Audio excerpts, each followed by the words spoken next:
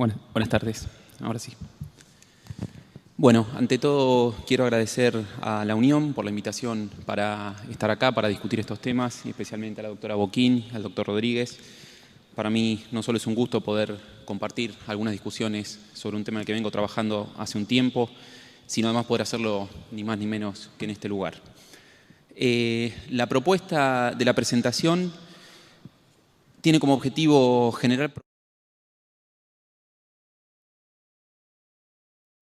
tutela colectiva de derechos ambientales en Argentina, pasando revista a algunas cuestiones y algunos institutos procesales bien específicos para tratar de, como les digo, pensar sobre esos problemas y empezar a entender cómo podemos empezar a enfrentar esas cuestiones y hacernos cargo de una problemática que, como dijo Gonzalo hoy al iniciar, dista de ser novedosa entre nosotros, y a pesar de eso vamos a ver que tenemos muchos problemas para poder gestionar este tipo de litigios.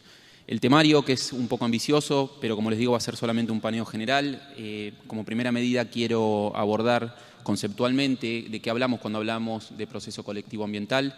Luego contarles algunas premisas de mi análisis para que las tengan en cuenta, porque hay algunas tomas de posición que si no tal vez no se van a entender. Y el contexto normativo en que opera esto, tanto en términos convencionales como constitucionales, normativos y también reglamentarios. Cuando digo reglamentarios me refiero específicamente a las acordadas de la Corte Federal. Y luego pasar revista a algunas cuestiones e institutos procesales bien específicos, como la legitimación activa, esto es quién puede promover este tipo de procesos, qué tipo de pretensiones pueden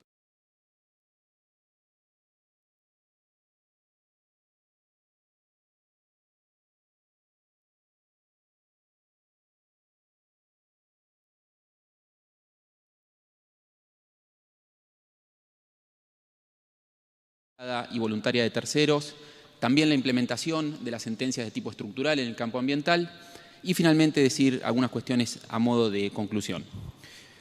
Comenzando por la cuestión conceptual, ¿de qué hablamos cuando hablamos de procesos colectivos? Las jornadas tienen por título acciones de clase. Lo cierto es que técnicamente en Argentina las acciones de clase solamente serían aquellas promovidas por el afectado, por un miembro del grupo. Así sucede en Estados Unidos y es de donde nosotros tomamos esta terminología. De hecho, la propia Corte Nalavi la recogió. Pero si nos vamos a otros sistemas de derecho comparado, nos vamos a encontrar con distintas etiquetas que representan el mismo fenómeno, que es cierto tipo de proceso para enfrentar el fenómeno de la conflictividad de masa. La acción colectiva o amparo colectivo acá en Argentina, acción popular, acción de grupo en Colombia, acción popular, colectiva, civil pública en Brasil. Independientemente de las etiquetas que le pongamos, lo cierto es que estos son procesos colectivos de tipo representativo, pero no representativo en el sentido tradicional del término, donde alguien genera un contrato de mandato, otorga un poder y esa otra persona habla ejerciendo y siguiendo instrucciones de ese mandante y por tanto la decisión que se va a tomar en el proceso judicial lo va a obligar porque formó parte de esa discusión.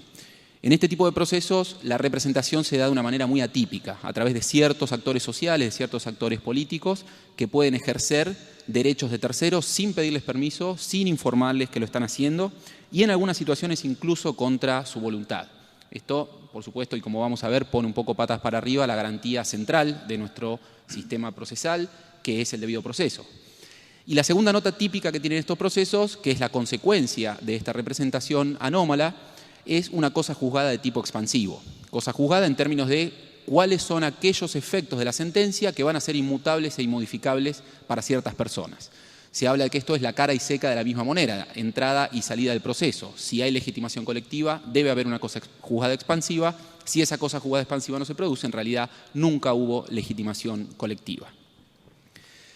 ¿Cuáles son las premisas que tenemos que tener en cuenta para trabajar, creo yo, sobre esto en Argentina? Hay algunas que son un poco obvias, pero me parece que son importantes para entender el alcance de la problemática y creo que de alguna manera son transversales a los problemas que estamos teniendo para trabajar con estos. La primera y principal es que el proceso judicial es un medio, ¿no? Es un medio para resolver conflictos. Esto lo vamos a ver en cualquier manual de derecho procesal que tomemos, pero lo cierto es que en tanto medio, nuestro proceso judicial, ¿para qué está preparado? Está preparado para conflictos de cierta frecuencia. Por eso hay una metáfora interesante que tiene que ver con equiparar el proceso judicial con el oído humano. Los sonidos de mediana frecuencia son atendidos por el proceso judicial, los sonidos de muy baja frecuencia se quedan afuera, como sucede con el silbato del perro. y los sonidos de alta frecuencia lo aturden. Pensemos en todos los problemas en términos de acceso a la justicia por pretensiones de escasa cuantía. Pensemos del otro lado, sin llegar al campo de los procesos colectivos representativos, en cualquier concurso, quiebra o un caso que salga de la media de ese tipo de conflictos. Si nosotros tomamos en cuenta que el proceso es un medio para resolver conflictos, ese medio debería adaptarse a los fines que persigue. Y por eso me parece que es central en todo esto tener en claro que estamos trabajando con otro tipo de conflictos. Tenemos que tener esto en claro, que es un fenómeno extraprocesal, y nosotros tenemos que diagramar y trabajar con un proceso que se adapte justamente a la resolución de ese tipo de conflictos, que son muy distintos de los conflictos individuales. Nuestro proceso tradicional está pensado en clave bilateral, está pensado para que las personas estén presentes ahí y está pensado para resolver, como les digo, conflictos de mediana frecuencia. No está pensado para resolver conflictos de las dimensiones que suponen los conflictos colectivos en materia ambiental. Estos conflictos son llamados por algunos autores ya desde la década del 70, y esto también no es un argumento de autoridad, pero sí les quiero mostrar que hace más de 40 años que se viene trabajando sobre esto en otros sistemas de derecho comparado, han sido calificados como conflictos policéntricos, porque, como les digo, no es ya mano a mano la discusión, sino que ese mano a mano implica también la afectación o distintos nodos de interés que están todos unidos como en una telaraña, y donde yo toco uno de esos nodos de interés empieza a replicar en distintos lugares. Y cuando digo distintos lugares, digo distintos centros de interés y digo distintos derechos, distintos grupos de personas que se ven afectados directa o indirectamente por lo que se discute y se resuelve en este tipo de procesos. Esto implica, por supuesto, también una luz amarilla, porque necesitamos redefinir nuestro proceso judicial. ¿Para qué? Para cuidar a ese gran grupo de personas que está siendo representado, insisto, por alguien que no eligieron, que no les pidió permiso para eso, y que van a ser afectados de manera inmutable e inmodificable, de acuerdo al sistema que se adopte y al resultado del pleito, pero van a ser afectados como principio de manera inmutable e inmodificable por los efectos de la sentencia colectiva que allí se dicte.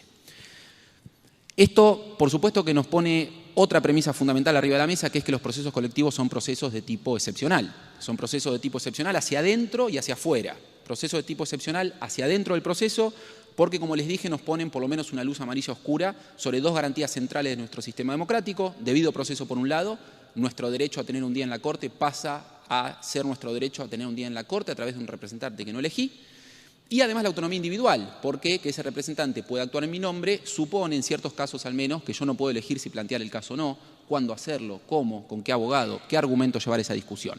Entonces, tenemos un problema serio, un riesgo serio de garantías de ese grupo de personas, que es la parte técnicamente del proceso colectivo, que no está presente en la discusión y que, vuelvo a la carga, sus derechos van a ser afectados por lo que allí se resuelva. Pero además, porque hasta acá estamos hablando del proceso como una forma de resolver conflictos, pero los procesos colectivos ambientales son mucho más que una forma de resolver conflictos. Los procesos colectivos ambientales también son procesos excepcionales hacia afuera, en términos del impacto que provoca el procesamiento y la resolución de este tipo de asuntos adentro del Poder Judicial. Primero, porque tienen enormes implicancias económicas, sociales y políticas, ya no solo jurídicas. Y segundo, porque esto ha implicado, por supuesto, un cambio en la dinámica de distribución del poder público. El Poder Judicial, desde el momento en que trabaja en un caso colectivo, pensemos que los conflictos colectivos, ¿dónde se resolvieron tradicionalmente? En el Poder Legislativo y en el Poder Ejecutivo. Eso es lo que tenemos internalizado y aprendido de nuestras bases de derecho constitucional. Sin embargo, acá lo que nos vamos a encontrar es con que esos conflictos colectivos se corrieron de ámbito de discusión y empezaron a ingresar al sistema de administración de justicia. El Poder Judicial, a partir de que empezó a trabajar en procesos colectivos, también se paró de otra manera frente al resto de los poderes del Estado. Y desde ese punto de vista hay que tener muy en cuenta una cosa, que los procesos colectivos tienen una personalidad un poco esquizofrénica, por ponerlo de alguna manera. En muchos casos, los procesos colectivos operan como un aliado del poder público. Sobre todo, por ejemplo, en el campo del consumo, tal vez sea el mejor ejemplo. ¿Quién debe cuidar que el banco no abuse de mí como usuario de ese servicio? Bueno, el Banco Central. ¿Quién debe cuidar que no lo haga una compañía de seguros? La Superintendencia de Seguros de la Nación. Hay organismos estatales y poder de policía que debería controlar eso. Cuando se promueven procesos colectivos para discutir situaciones conflictivas de ese tipo, lo que están haciendo los procesos colectivos es ayudar al Estado, ¿sí? Ayudarlo en el control de esos poderes fácticos del mercado. Ahora, ¿qué pasa en el campo ambiental? Y acá se ve claramente la otra faceta, que también se da en el campo del consumo, por ejemplo, en los servicios públicos, que es una clara faceta de desafío directo y de control de esa autoridad pública, ¿sí? Por eso les digo que los procesos colectivos son mucho más que una forma de resolver conflictos y se han convertido en un brazo político, como decía Chayes en ese artículo del año 1976 en Estados Unidos, se han convertido en un brazo político de discusión y están generando un cambio de paradigma del cual tenemos que hacernos cargo y del cual tenemos que discutir, porque muchas de las cuestiones procesales, cuando digo procesales digo netamente procedimentales, internas al proceso, y las tomas de decisión de las partes y de los magistrados en este tipo de casos, muchas veces tienen mucho más que ver con este tipo de cuestiones y no con problemas técnicos. Digo, lo técnico en general es relativamente sencillo de resolver, el problema es que acá mete la cola la economía, mete la cola la política y mete la cola definitivamente la cuestión social cuando hablamos de conflictos ambientales. ¿En qué contexto se desarrolla esto en nuestro país? Desde el año 94, en un contexto que provocó un combo bien interesante y condiciones de posibilidad súper favorables para que esto se desarrolle. ¿Por qué? Porque desde el año 94 nosotros incorporamos a nuestra Constitución, como parte del núcleo duro de nuestro sistema democrático, incorporamos numerosos tratados de derechos humanos, económicos, sociales, culturales y ambientales. Y también incorporamos tratados de derechos humanos. Y además reconocimos categorías subjetivas de derechos colectivos, de la misma manera que lo hizo Brasil con su Código de 1990, su Código de Defensa del Consumidor, que claramente es el modelo en este aspecto tanto de la reforma constitucional como de lo que después dijo la Corte en Alavi. Reconocimos categorías de derechos subjetivos colectivos y fuimos un paso más todavía. En el texto constitucional reconocimos ciertos actores sociales y políticos con capacidad, con competencia para promover acciones colectivas, acciones judiciales distintas de las acciones individuales, porque el objeto de esas acciones es proteger derechos colectivos y no derechos individuales. ¿Por qué digo que esto es un combo favorable para el desarrollo del tema? Fundamentalmente porque estos derechos de los que estamos hablando no son más los derechos tradicionales o los derechos de primera generación, que eran entendidos como un límite al Estado. Por ejemplo, el más clásico, el derecho a la intimidad. El Estado hasta acá no puede ingresar, no puede alterar mi elección de mi propio plan de vida, y yo, si el Estado viene, puedo oponer mi derecho para dejarlo afuera. Acá lo que estamos hablando son de derechos positivos, de derechos prestacionales, que exigen del Estado líneas de política pública, acciones positivas para poder ser efectivizados. Vivienda digna, alimentación, hay una lista enorme la que se les ocurra, pero básicamente eso que supone que si de verdad hay un derecho, se supone que tenemos que tener una herramienta, como se decía hoy, para poder hacerlo valer. ¿Y cuál es la herramienta para hacer valer derechos de grupo? Ni más ni menos que estos procesos colectivos sobre los cuales estamos discutiendo hoy. Con reconocimiento convencional, reconocimiento constitucional y con reconocimiento constitucional también de quiénes son aquellos sujetos que tienen, por un lado, derecho a promover este tipo de acciones y, por otro lado, verdaderos deberes funcionales, porque si hablamos del defensor del pueblo, del Ministerio Público, tengo para mí que esto es mucho más que un derecho, es un verdadero deber funcional de estos organismos públicos avanzar pretensiones de este tipo. De esta manera, me parece que podemos interpretar que la Constitución reconoce una garantía de debido proceso legal colectivo, a diferencia de debido proceso legal individual, que fundamentalmente se traduce en la posibilidad de acceso colectivo al sistema de justicia, procesamiento colectivo de esa controversia y también, por supuesto, eficacia de la decisión. Cuando hablamos de eficacia, no solo hablamos de una decisión en tiempo razonable, que es algo muy general y difícil de asir, sino que además hablamos de medidas cautelares y de mecanismos de ejecución de sentencia que puedan llevar al terreno aquellas hermosas declaraciones que muchas veces son las sentencias en este tipo de casos y que, como sabemos, hasta el día de la fecha tienen serios problemas en su implementación. ¿Cuál es el problema que tenemos en el campo ambiental? De la misma manera que en el resto de los campos de derecho sustantivo, que a pesar de que hace casi ya 24 años de la reforma constitucional, el legislador no ha regulado un proceso judicial que atienda este desafío, que es un desafío completamente distinto que enfrentar la resolución de conflictos individuales. Las investigaciones de Eduardo Teiza demuestran que nuestros códigos del 67, 68, o sea, hace 50 años, hunden sus raíces en la primera ley de enjuiciamiento civil española de 1881. O sea, estamos trabajando con un proceso pensado para una sociedad que no existe más y, por tanto, también para conflictos que ya no existen más. Siempre hago la misma pregunta, no encuentro nunca otra mejor. Pensemos en materia de consumo, ¿cuándo fue la última vez que negociamos un contrato? O pensemos cuándo fue que había tanta capacidad de dañar los ecosistemas como hay hoy. Esto no sucedía antes. Tenemos que cambiar los medios para trabajar sobre estos conflictos. En este vacío normativo la Corte empezó a avanzar y empezó a avanzar con reglamentaciones administrativas. ¿Por qué? Porque los casos le empezaron a llegar igual, porque los conflictos se planteaban, los reconocimientos de derechos están y además en Argentina, hay otra cuestión que no mencioné pero creo que es fundamental, tenemos una sociedad civil muy movilizada. ¿Sí? Lo que pasa acá con la movilización y con la actuación de las organizaciones no gubernamentales y de personas individuales en este campo es algo que es realmente bien interesante destacar porque no sucede, si es que sucede en muy pocos otros lugares del mundo, por lo menos de los que yo conozco. ¿Qué tipo de reglamentaciones empezó a dictar la Corte? Bueno, primero la Corte empezó a dictar reglamentaciones para trabajar con los casos que le llevaban. Previó la posibilidad de establecer un trato preferencial y diferenciado para causas de trascendencia institucional, reconoció ya en el año 2004 a los amigos del tribunal y luego lo reformó profundamente en el 2013 porque no estaba funcionando. ¿Esto para qué? Para tener más voces y más elementos para la discusión. Previó el mecanismo de audiencias públicas gracias a la experiencia, voy a volver sobre esto, que tuvo en la causa Mendoza. Creó una unidad de análisis económico, fíjense ustedes, nada de esto tiene sentido en un caso individual. Todo esto tiene sentido solamente en un caso de interés público, en un caso colectivo, de medio ambiente o de cualquier otro tipo de que se trate. Pero sobre todo de medio ambiente porque, como sabemos, el medio ambiente es un bien de tutela preferente. Después creó una oficina de justicia ambiental, una oficina de derecho no federal, a la cual después le siguió también la de relaciones de consumo, pero áreas específicas orgánico-institucionales que no trabajan con materia federal en la Corte Federal. Este es un dato también que tenemos que tener en cuenta. ¿Y por qué? Bueno, porque el campo del ambiente y el campo del consumo son los campos donde más ha avanzado la discusión de este tipo de asuntos. Y hay dos acordadas que son centrales para esto, que son relativamente nuevas. La acordada 32 del 2014, que es la que creó el Registro Público de Procesos Colectivos y estableció esta instancia de certificación de la acción colectiva a la cual se refería Gonzalo también hoy más temprano.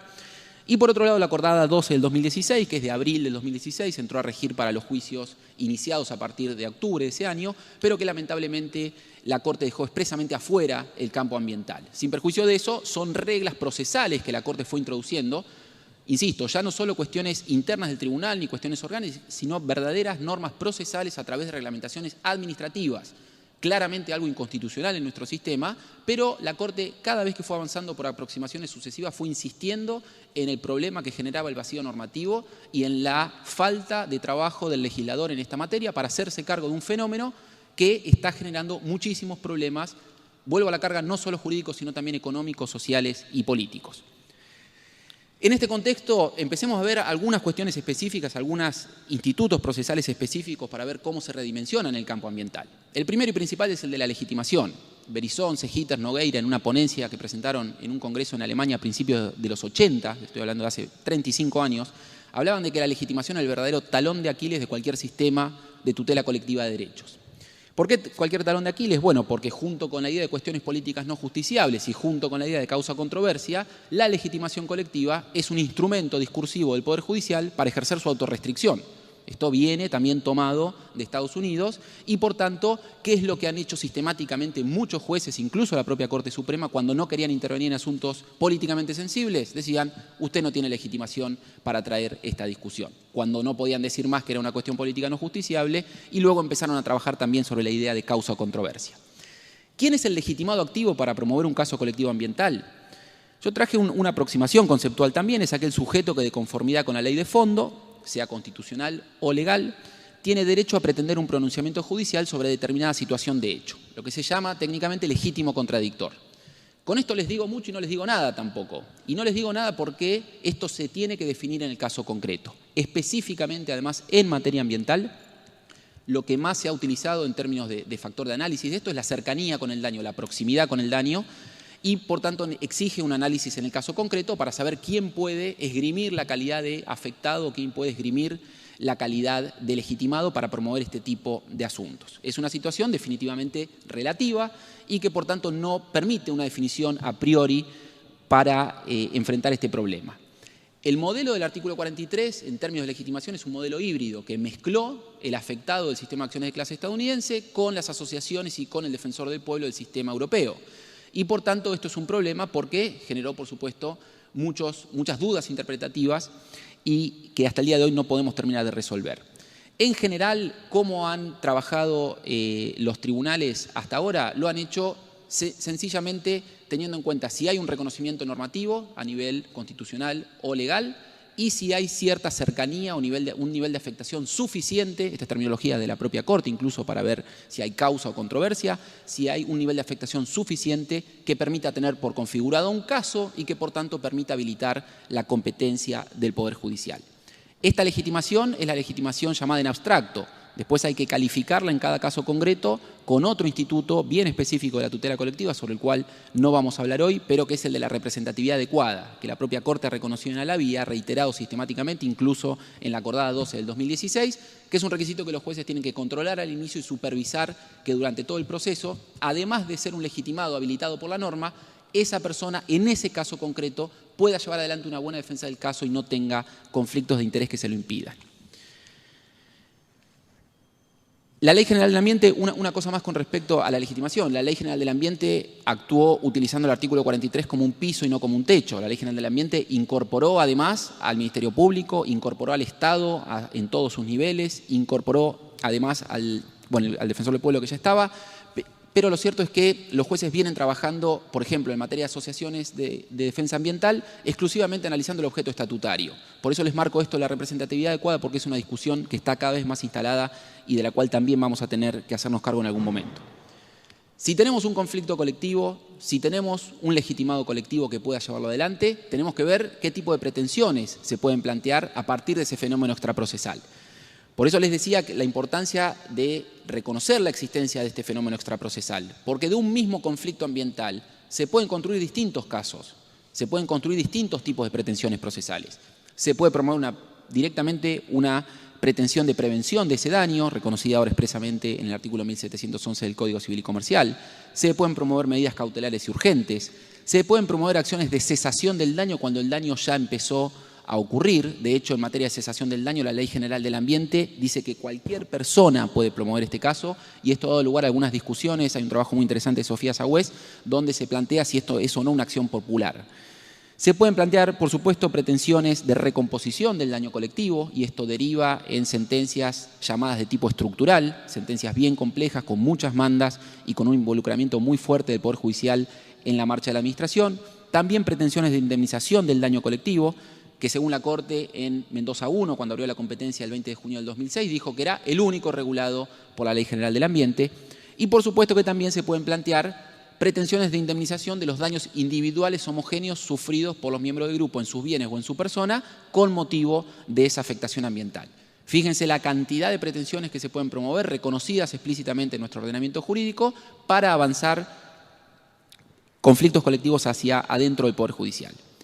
Ahora, este tipo de pretensiones, este tipo de caso que yo quiero promover, ¿por dónde voy? ¿Cuál es la vía procesal para discutir esto? Porque la Ley General del Ambiente no prevé un proceso específico.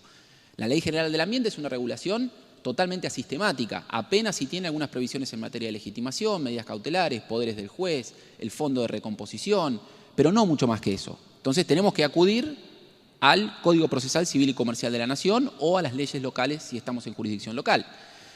¿Podemos promover amparos? Decididamente sí. Se tienen que reunir los requisitos del amparo. La Corte dijo en Alavia además que el 43 es plenamente operativo aún en ausencia de reglamentación y que es deber de los jueces darle eficacia. Ahora, ¿cuál es el problema con el amparo? Que tenemos jurisprudencia de hace décadas, tanto de la Corte Federal como de tribunales inferiores, de que el amparo no es la vía idónea cuando se necesita mayor amplitud de debate o mayor amplitud probatoria. La pregunta que nos tenemos que hacer es en qué tipo de caso ambiental no será necesaria una mayor amplitud probatoria o no será necesaria una mayor amplitud de debate de aquella que propone un proceso que cuenta sus plazos por hora. Entonces, ahí hay que tener mucho cuidado y hay incluso algunos precedentes de nuestra Corte Federal donde lo que hizo la Corte fue reconducir de oficio la pretensión, tanto en el campo ambiental, en este caso ASUPA que les comento ahí, como también en DEUCO y en otros casos de defensa del consumidor. Trajeron un caso muy complejo por vía de amparo y la Corte, en lugar de rechazar in limine la pretensión, les dijo: vuelva al estudio, reformule la demanda, vamos a discutir por una vía procesal que nos permita discutir en serio y con profundidad sobre este conflicto. Y otra cuestión muy importante en materia de vías procesales, porque si hablamos de la Ley General del Ambiente estamos hablando de una ley de presupuestos mínimos que se aplica en todos los estados locales y sabemos muy bien que desde la reforma del 94 los recursos naturales son dominio eminente de los estados locales, no son materia federal en principio. Entonces, hay muchos casos que se van a dar en jurisdicción local y que, por tanto, van a exigir la aplicación de códigos locales, leyes de amparo locales, códigos procesales locales y, en algunas provincias, algún tipo embrionario de proceso ambiental que tiene ya algunos años de vigencia. Acá hay un fallo muy importante que hay que tener en cuenta, que es el caso Kersich, es un fallo de la Corte Suprema de diciembre del año 2014, que era un caso de ambiental / de consumo. Eran usuarios del servicio de agua potable de una localidad de la provincia de Buenos Aires, promovieron una acción colectiva por la contaminación del acuífero y el juez lo que hizo fue, bueno, vamos a hacer la acción colectiva, y cuando le corrió traslado a la concesionaria del servicio, se presentaron 2.641 miembros del grupo a adherir a la acción y lo que hizo el juez fue correrle traslado a ABSA, que es la concesionaria del servicio, para que conteste el amparo, el informe circunstanciado por las 2.600 personas. Por supuesto que ABSA dijo, no, esperemos un poco. Primero me cambiaste las reglas, me dijiste que era un proceso colectivo y me está generando un megalitis consorcio. Segundo, acá tengo un problema de defensa porque no puedo contestar 2.600 amparos en los plazos que propone la ley de la provincia de Buenos Aires en materia de amparo. Le rechazaron esa objeción, fue a la Cámara Contenciosa, se lo confirmaron, fue a la Corte de la provincia, también lo sacaron corriendo de ahí, llegó a la Corte Federal. Un caso procesal, definitivamente no sentencia definitiva, un caso ambiental y local, puramente local, definitivamente no un caso federal. La Corte abrió su competencia y revocó la sentencia. Y no solo dijo que es fundamental tener normas tempranas determinadas para discutir en clave colectiva, fíjense la fecha, ¿sí? Diciembre de 2014, en octubre de 2014 había dictado Municipalidad de Berazategui y había dictado la acordada 32 con esta instancia de certificación que justamente lo que establece es la necesidad de decir en una etapa temprana del proceso si vamos a discutir colectivamente o en clave individual. Pero además, ¿qué dijo la Corte? Y esto es lo que me interesa a los efectos de la vía procesal. La Corte dijo que la sentencia tenía que ser revocada porque los jueces no aplicaron las reglas del proceso colectivo previsto en el artículo 43 de la Constitución Nacional, cuyas características principales y modalidades fueron enunciadas por esta Corte en el caso Alavi. ¿Qué es lo que está diciendo la Corte acá? En mi lectura, por lo menos, lo que está haciendo la Corte es interpretando el bloque federal alrededor de ese artículo 43 y fortaleciendo la idea de que existe un debido proceso colectivo que tiene particularidades propias y que son obligatorias para las provincias. Las provincias pueden trabajar, pueden modificar sus reglas procesales, por supuesto, porque es su competencia inherente, pero tienen que respetar este bloque federal convencional y constitucional porque es parte de ese núcleo duro de nuestra Constitución que por el artículo 5 también las provincias tienen que respetar para ver reconocida su autonomía. Entonces, lo que quiero marcar con esto es que la jurisprudencia de la Corte Federal no solo es importante a nivel federal y nacional, sino que también es importante en las provincias, por lo menos desde Kersich, porque la Corte ha dejado en claro que la garantía de debido proceso legal colectivo es lo que ella dice que es, y eso es su interpretación del artículo 43. ¿Qué puede hacer el juez, la jueza ambiental en este tipo de casos? Acá tenemos que tener en cuenta también que el rol del juez se encuadra en un contexto más amplio que es el rol del Poder Judicial en el entramado institucional de nuestro país, en el entramado político de nuestro país. El rol tradicional del Poder Judicial, como les decía, fue pensado para trabajar con casos individuales y relativamente simples, fue pensado para trabajar con casos eminentemente privados, con pocos sujetos en la discusión, con un debate que se daba casi exclusivamente, violentamente diría, por escrito, y con una máxima autorrestricción y deferencia hacia los otros poderes del Estado. Esto lo explica muy bien y muy claramente Roberto Saba en su último libro. ¿Cuál es el rol en curso de redefinición? Y cuando digo en curso de redefinición, la causa de esta redefinición es justamente los conflictos colectivos que antes se discutían en otro lado, ahora están entrando al Poder Judicial. Entonces el Poder Judicial está ejerciendo otro tipo de poder porque está trabajando con otro tipo de casos. ¿Cómo son estos casos? Son casos colectivos, son casos de creciente complejidad, son casos que exigen otro tipo de medidas de publicidad y exigen definitivamente una discusión oral. En esto el trabajo que viene haciendo el CEJA desde hace muchos años es muy interesante, planteando que la oralidad no es solamente una forma de comunicación, sino un método para obtener información de calidad. Hay un montón de discusiones que no vamos a poder resolver ni por mail, ni por WhatsApp, ni mucho menos por escrito en un expediente judicial. Necesitamos encontrarnos, necesitamos discutir. Los resultados obtenidos con esto son drásticamente diferentes. Y como estas causas son de interés público, ya no le interesan solamente a las personas individuales, esas 2 o 3 que estaban en la discusión. Tenemos que tener otro tipo de discusión sobre este tipo de asuntos porque hay muchísimo en juego y no podemos permitir que estos asuntos se sigan discutiendo en un proceso escrito, cerrado, prácticamente secreto y con la intervención de los abogados que están presentados ahí. Además, lo que está sucediendo es que estos casos están teniendo un impacto subjetivo expansivo, como les adelanté también, sobre grandes grupos de personas que no están presentes en esa discusión y también están generando, como también les dije, otro tipo de vinculación entre el Poder Judicial y los otros poderes del Estado. Imagínense ustedes lo que significó, de hecho, la causa Mendoza, la orden estructural de julio del 2008, no hizo otra cosa que marcar una línea de política pública para la provincia de Buenos Aires, la ciudad y el Estado Nacional por los próximos N cantidad de años, porque no sabemos cuándo se va a terminar de resolver ese problema, si es que se puede terminar de resolver, pero lo cierto es que eso implica un control judicial de políticas públicas que se está haciendo, vuelvo a la carga una vez más, a través de herramientas que son completamente inadecuadas e insuficientes para trabajar con estos temas. En este contexto de rol en plena redefinición, donde el Poder Judicial está todavía volviendo a encontrar su lugar en ese entramado político que les digo, hay una vieja discusión que creo que está superada entre activismo y dispositivismo puro, mal llamado garantismo, esta idea de que el juez para los garantistas o dispositivistas puros tiene que ser algo más parecido al umpire del partido de tenis, que está sentado en una sillita lejos cuidando que se cumplan las reglas del juego y permitiendo que las partes hagan su juego. A diferencia del activismo, que lo que propone es un juez mucho más parecido al árbitro de un partido de fútbol, cerca de la jugada, en la cancha, con los jugadores, estando encima, dirigiendo ese proceso.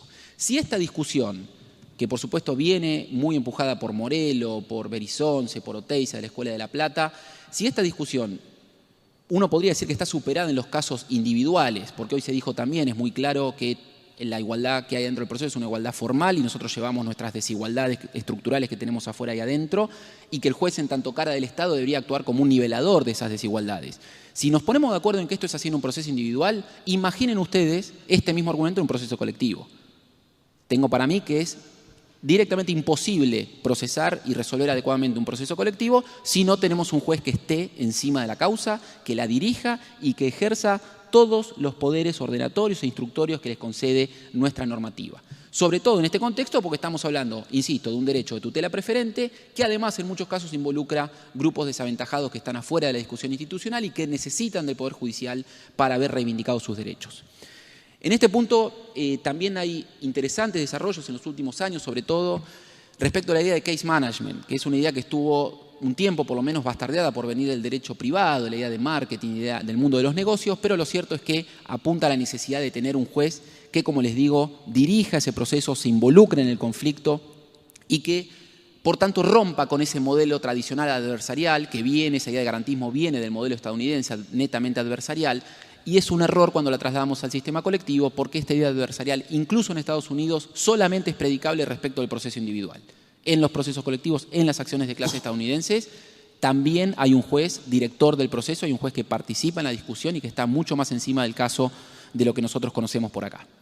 La Ley General del Ambiente específicamente prevé que el juez puede ordenar todas las medidas necesarias para ordenar, conducir o probar los hechos dañosos del proceso. O sea que la discusión está zanjada. La competencia la tienen el respaldo normativo para hacerlo. Solamente se acerca a estos poderes el juez de la quiebra, que es un proceso colectivo también, del cual tenemos mucho para aprender. El proceso de quiebra, porque tenemos mucho desarrollo sobre eso. Un proceso colectivo con otra lógica. En los procesos colectivos representativos todos los intereses están alineados. En el proceso de quiebras están todos peleándose por un pedazo de una torta que no alcanza. Pero lo cierto es que la lógica en términos de conflictividad colectiva es equiparable.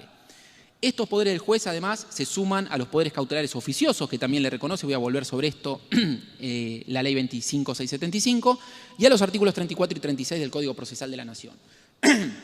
Artículos que, además, no nos olvidemos, desde el año 2002, de la reforma de la 25488, son verdaderos deberes. ¿Sí? Antes eran facultades y deberes de los jueces, instructores y ordenatorios, ahora son deberes. Entonces, lo que necesitamos acá modificar son las prácticas. El respaldo normativo lo tenemos para que el juez o la jueza ambiental puedan trabajar fuerte adentro del proceso, puedan involucrarse y puedan ofrecer prueba, generar audiencia, generar mecanismos distintos de discusión para atender un conflicto que es distinto al conflicto tradicional con el cual están acostumbrados a trabajar. ¿Qué pasa con las medidas cautelares? Bueno, dentro de ese gran poder que la Ley General del Ambiente le da al juez por el carácter de tutela preferente del medio ambiente, están las llamadas medidas de urgencia. La ley le permite al juez dictarlas en cualquier estado del proceso y les permite dictarlas aún sin audiencia de la parte contraria. Acá hay un tema bien interesante, porque fíjense, aún sin audiencia de la parte contraria, parecería que el principio es exactamente lo opuesto, ¿no? Tradicionalmente nosotros tenemos que, para nosotros, que las medidas cautelares se dictan inaudita parte y es algo como inherente a la idea de medida cautelar. Sin embargo, vemos la Ley General del Ambiente y dice aún sin audiencia. O sea que el principio uno podría interpretar leyendo el texto que el principio es exactamente lo opuesto. Tenemos que escuchar a la otra parte. Y esta es una de las preguntas que les dejo, porque tal vez deberíamos repensar si en este tipo de casos tan grandes, tan importantes, con tanto en juego, no necesitamos escuchar siempre a la otra parte. Salvo, por supuesto, cuando la tutela cautelar se pueda desnaturalizar. Si hay un riesgo inminente de que se produzca un perjuicio irreparable, no podemos correr traslado. Ahora, si tenemos capacidad, en términos de tiempo, digo, posibilidad de correr un traslado, aunque sea por 2 días, por un día, por 24 horas, sería importante que lo podamos hacer porque, vuelvo a la carga, se está jugando mucho en este tipo de cosas y una medida cautelar que paralice una empresa en esa red de puntos de interés, ¿qué significa? Bueno, puede significar que los empleados se queden en la calle, puede significar impacto derivado en la economía local, una serie de cuestiones que van mucho más allá de la discusión que se está dando formalmente en el caso. Y hay dos principios que juegan muy fuerte en materia cautelar, el principio de prevención y el principio precautorio. El principio de prevención, que parecería estar un poco más orientado a la política pública, administrativa, dice que los problemas ambientales se atenderán en forma prioritaria e integrada, tratando de prevenir los efectos negativos, pero también lo podríamos trasladar al campo ambiental si tomamos al conflicto como un problema. Pero el más fuerte acá es el principio precautorio. El principio precautorio no es otra cosa que lisa y llanamente un alivianamiento de la carga de demostrar verosimilitud en el derecho. Lo que dice la Ley General del Ambiente en este punto es que cuando haya peligro de daño grave o irreversible, la ausencia de información o certeza científica no puede utilizarse para denegar esas medidas cautelares. Nuevamente, ¿esto tendría sentido en un proceso individual? Y no sé, pero acá cambia todo por el tipo de bien que estamos discutiendo y por el tipo de conflicto que se deriva de la violación de ese bien. Otro punto en materia cautelar que hay que tener en cuenta es la Ley de Medidas Cautelares contra el Estado, que tiene una fuerte influencia en este cambio por obvias razones. ¿Cuáles son estas obvias razones? Que el Estado es el demandado en el 99% de los casos ambientales, sea por acción o por omisión en el control en ejercicio de su poder de policía. En la discusión en el recinto se logró incorporar, gracias al esfuerzo de organizaciones del tercer sector, fundamentalmente del Centro de Estudios Legales y Sociales, se logró incorporar este artículo 2, inciso 2, en la Ley 26.854, que lo que permite es que cuando se trate de un derecho de naturaleza ambiental, además de otras situaciones, pero específicamente en materia ambiental, muchas de las restricciones que estableció esta ley para las medidas cautelares contra el Estado no se aplican. Entre otras, por ejemplo, ni más ni menos, el efecto del recurso, el tipo de caución que se puede dar una caución juratoria y no necesita ser una caución real. No es necesario fijar un plazo de caducidad de las medidas cautelares, entre otras cuestiones. Pero como les digo, esta ley es bien importante en el campo ambiental porque el Estado es demandado en la casi totalidad de este tipo de casos. ¿Qué pasa con la litispendencia? La litispendencia parece fácil de resolver en un caso individual, cuando tenemos un caso colectivo es complejo. ¿Por qué? Porque puede haber muchos legitimados que promuevan distintos casos o casos similares con relación al mismo conflicto. Incluso los pueden promover en distintos lugares del país, en un país federal como el nuestro. Entonces lo que vamos a tener no es solamente litispendencia entre dos procesos colectivos ambientales, sino que también nos vamos a encontrar, como vimos el tipo de pretensiones que se pueden plantear, nos vamos a encontrar también con la convivencia de procesos colectivos con procesos individuales que nacen del mismo conflicto, pero que entran al sistema de administración de justicia para buscar otra cosa. Entonces, acá una aclaración importante. Litispendencia, cuando hablamos de litispendencia, hablamos de litispendencia entre procesos colectivos. La vinculación entre procesos colectivos y procesos individuales es otra cosa de la cual la Ley General del Ambiente no se hace cargo y que también tenemos que empezar a trabajar. En teoría, de acuerdo a lo que dice el artículo 30 de la Ley General del Ambiente, no podría nunca generarse litispendencia. ¿Por qué? Porque el 30 dice que una vez promovida la demanda por alguno de los legitimados colectivos, el resto no va a poder y solamente va a poder intervenir como tercero. Lo cierto es que, por supuesto, las litispendencias en algunos casos se producen igual y lo que se termina haciendo es la acumulación de algunas de estas acciones.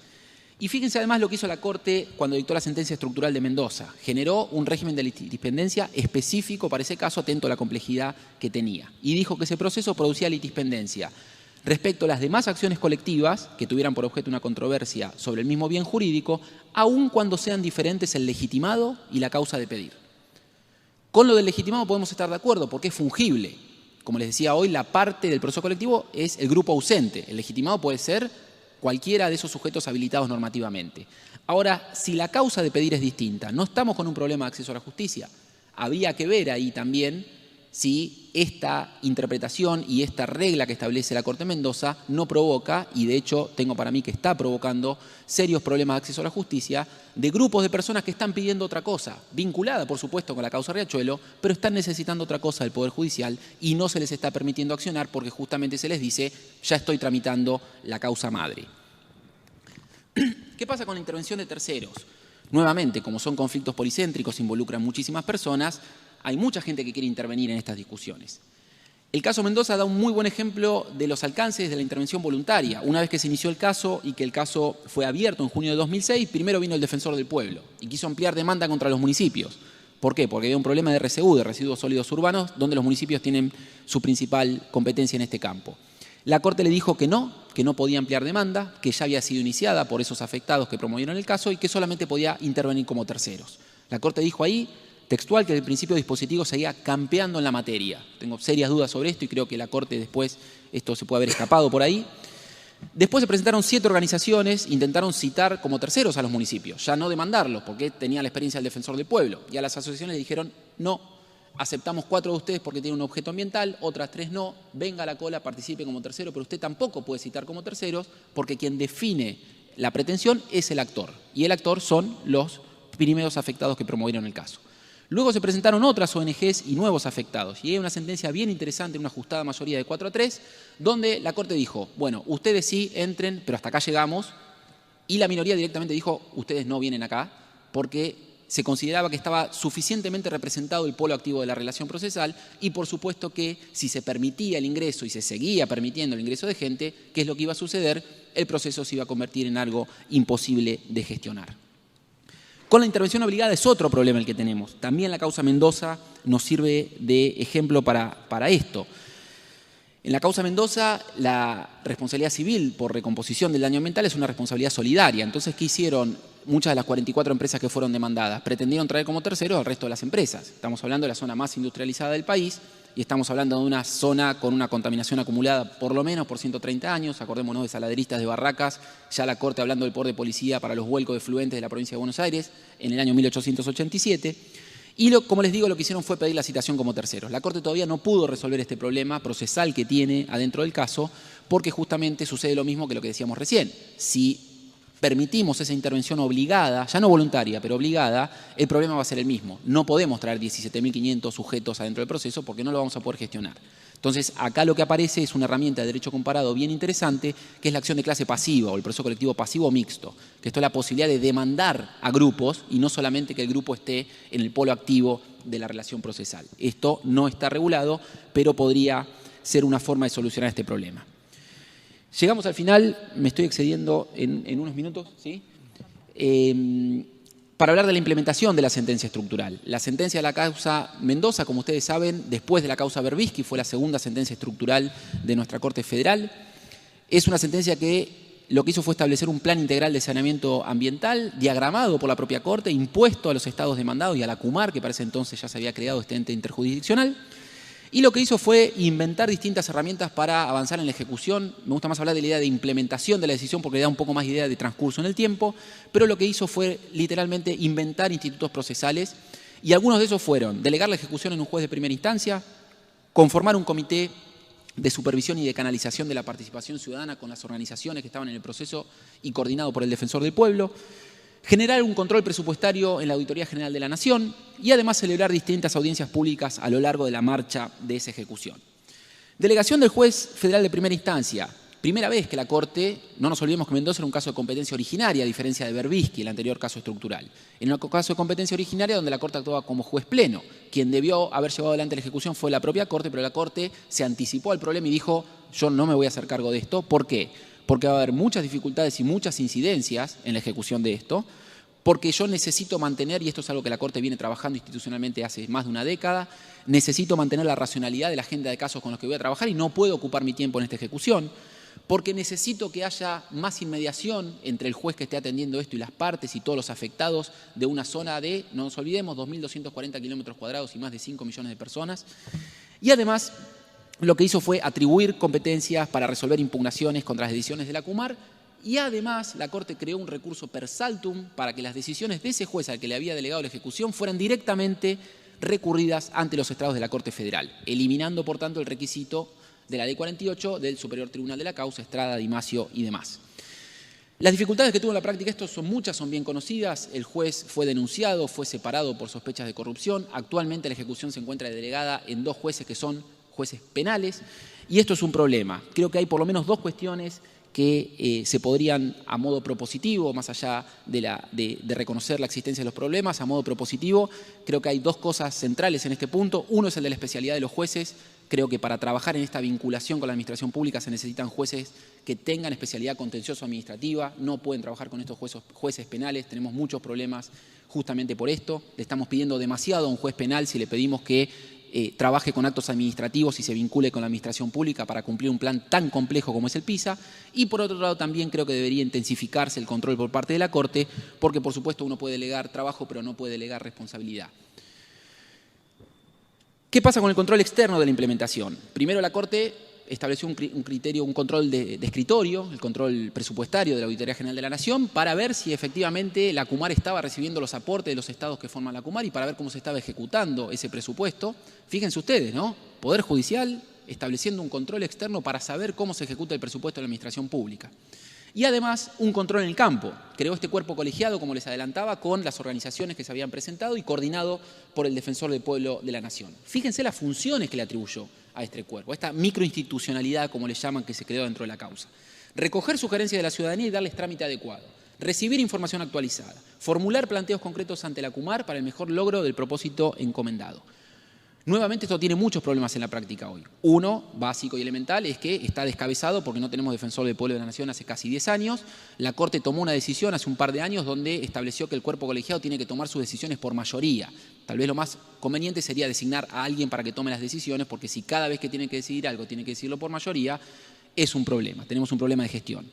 Y el otro problema, que es más profundo, es que la Corte, al crear este cuerpo colegiado, lo que hizo fue cambiar completamente el rol de esas organizaciones no gubernamentales que se habían presentado en el proceso. Piensen ustedes que una cosa es presentarse en un proceso a defender grupos y a plantear un caso judicial, y otra cosa muy distinta es que conviertan esa intervención y me conviertan a mí en una mesa de entrada para 5 millones de personas para tramitar, gestionar y hacer reclamos frente a la CUMAR. ¿Con qué recursos hago eso yo? ¿Qué previsión puedo tener como organización para trabajar con esto? Cuando interviene el caso, sí, yo podía saber que disponía de determinados recursos humanos, de determinados recursos materiales, pero frente a esto creo que una cosa en la que debería avanzarse es que si pretenden que las organizaciones efectivamente cumplan de la mejor manera posible este rol, tienen que fondearlas, tienen que asignarles presupuesto. Creo que parte de este Plan Integral de Saneamiento Ambiental, si tienen asignada esta función, debería reconocérsele. Esta es una vieja discusión, además, que se da incluso con el traspaso de la justicia de la nación a la ciudad, que se da con el traspaso de la policía. Digo, me traspasás el trabajo, traspasame también los recursos para poder hacerlo. Entonces, dentro de este plan es algo a lo que creo que tendría que prestarse la atención. Y finalmente lo que hizo la Corte fue implementar distintas audiencias públicas a lo largo del cumplimiento de la decisión. Por supuesto que esto trajo un fortalecimiento institucional muy interesante de la Corte frente a la sociedad y también una apertura hacia la ciudadanía y también una necesaria publicidad para este tipo de asuntos. Y acá también se vio lo que les decía hoy en términos de la oralidad. No es solamente una forma de comunicación, es una forma de obtener información de calidad. Los invito a ver, quienes lo hayan visto, las audiencias están todas colgadas en el Centro de Información Judicial y en la página de YouTube de la Corte para ver qué es lo que estaba pasando con ese caso. Las audiencias lo que dejaron en claro, y la Corte lo reconoció en la última sentencia que dictó a comienzos de este año, que el cumplimiento del Plan Integral de Saneamiento Ambiental era realmente muy, pero muy flojo, y de hecho eso llevó a que estas audiencias públicas derivaran el dictado de distintas decisiones por parte de la Corte para tratar de ir acomodando la marcha a una ejecución de una implementación que ya lleva 10 años. Dos de esas, por lo menos para destacar, la de diciembre del 2016, que ordenó establecer indicadores de cumplimiento, producir informes y además reforzar el control de las mandas contenidas en el PISA para saber dónde estamos parados, por lo menos, con el cumplimiento de esta decisión. Y la sentencia de noviembre del 2017, que lisa y llanamente lo que hizo fue declarar el incumplimiento de los condenados y además ordenar la confección de un calendario por objetivos. No solo eso, sino además bajo apercibimiento, como decía Alejo recién, de imponer astreintjes en cabeza personal del secretario de ACUMAR. Nuevamente, ¿para qué? Para tratar de arribar a resultados concretos que puedan bajar a la realidad de un montón de gente que le está pasando muy mal en la zona, aquellas mandas y aquel plan integral de saneamiento ideado del año 2008. Para implementar estas sentencias, los tribunales en general, la Corte tal vez en menor medida, pero los tribunales en general para abajo, tienen dos tipos de dificultades, políticas y procedimentales. Las procedimentales se derivan, como les comentaba, de la ausencia de reglas para trabajar con esto. Y las políticas se derivan de que esto exige otro tipo de vinculación con el Poder Ejecutivo.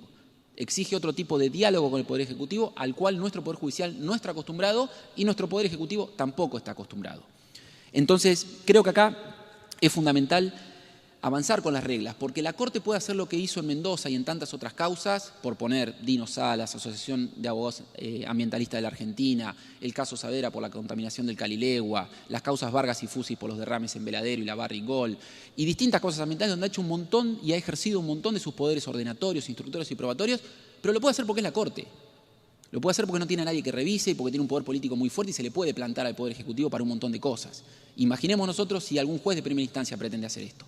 Porque cuando no hay reglas, los jueces ejercen cada vez mayor discreción. Y cuanta más discreción ejercen, menos se parecen a un juez y más se parecen a un administrador. ¿sí? Y entonces ahí están a la orden del día las denuncias, los juris y un montón de persecuciones con mayor o menor razón, pero lo cierto es que no podemos pedirle tanto a los jueces si no tienen un respaldo normativo con el cual trabajar. Por eso es tan pero tan importante avanzar en una reglamentación para trabajar con estos conflictos como corresponde.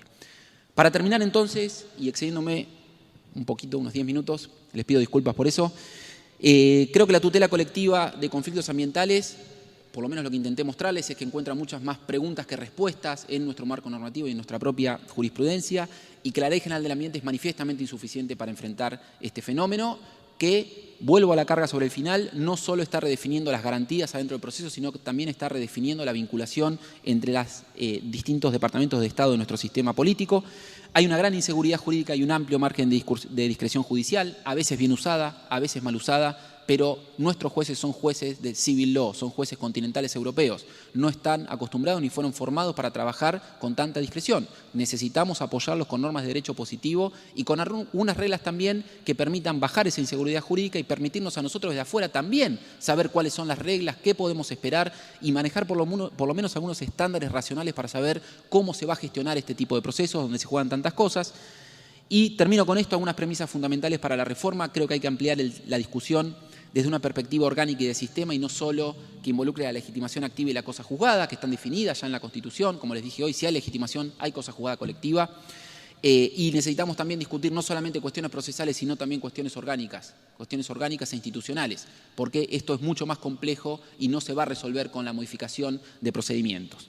Necesitamos también, fundamentalmente, discutir las directrices políticas que van a guiar el trabajo en esa reforma y atendiendo a todos los grupos de interés involucrados. Esto es algo que creo que faltó en algunas de las iniciativas que se promovieron últimamente para modificar normas procesales colectivas. Faltó intervención de muchos de los actores que están involucrados, directa o indirectamente, en este tipo de litigios. Y finalmente, creo que es importante utilizar el derecho comparado, pero solo como una fuente de ideas y para tratar de hacer trasplantes responsables acá. Ahora Gabriela va a hablar de los proyectos de ley. Los últimos proyectos han mejorado, pero muchos de los que se presentaron después de Alavi, por ejemplo, lo que hicieron era copiar textualmente la regla 23 de acciones de clase estadounidense y pretender que saliera andando en Argentina. Eso no va a suceder, porque tenemos jueces distintos, un sistema constitucional distinto, abogados distintos, formación jurídica distinta, es todo distinto. Entonces, si estamos hablando de hacer un trasplante a algún instituto extranjero, tenemos que estudiarlo, tenemos que trabajarlo. Hay un trabajo muy interesante, muy lindo, de un profesor, un trabajo que también tiene más de 40 años, que él comparaba los trasplantes jurídicos con los trasplantes de órganos en el cuerpo humano. Si yo me quiero hacer un trasplante de riñón, tengo que hacer estudios previos, tengo que hacer el trasplante y después tengo que supervisar qué pasa con eso, estrictamente. Bueno, con los institutos procesales pasa lo mismo. Tenemos que hacer un estudio previo, tenemos que pensar cómo los trasladamos a nuestra realidad y nuestra idiosincrasia y después tenemos que hacer un seguimiento concreto para saber cómo están funcionando y eventualmente introducir las reformas que sean necesarias. Muchas gracias.